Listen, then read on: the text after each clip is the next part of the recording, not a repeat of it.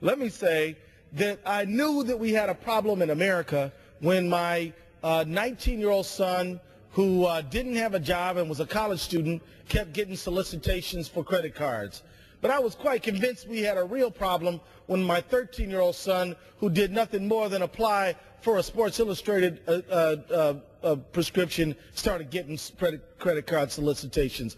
I hope some people don't have access to credit, namely my 13-year-old son.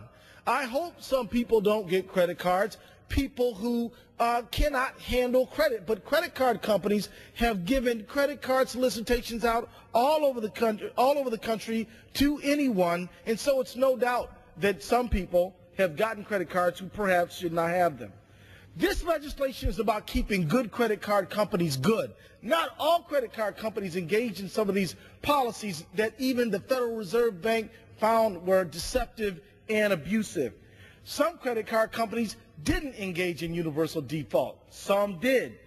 This bill sets a basis for an entire industry so that good credit card companies never have to be tempted to engage in some of these nefarious practices just to stay competitive with companies who do.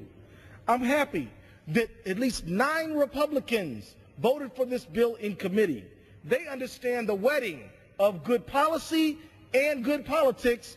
My friends, this bill is popular because it makes sense for the American people, and so from a partisan standpoint, I hope I do see a bunch of red up there from the other side of the aisle.